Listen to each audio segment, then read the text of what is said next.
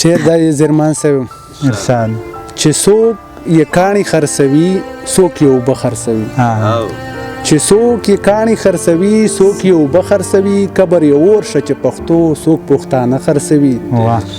او داسې بازار دی لګېدلې تجاران مو خپل دي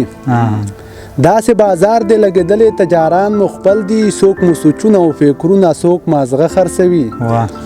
او د بدنصیبونه د دغو غلامان زکه یو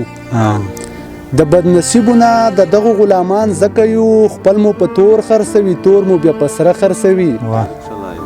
او شعر دی چې وید نالت د ستا په داسې حکمرانو باندې وید نالت د ستا په داسې حکمرانو باندې چې په ډالرو باندې د وطن مړه خرڅوي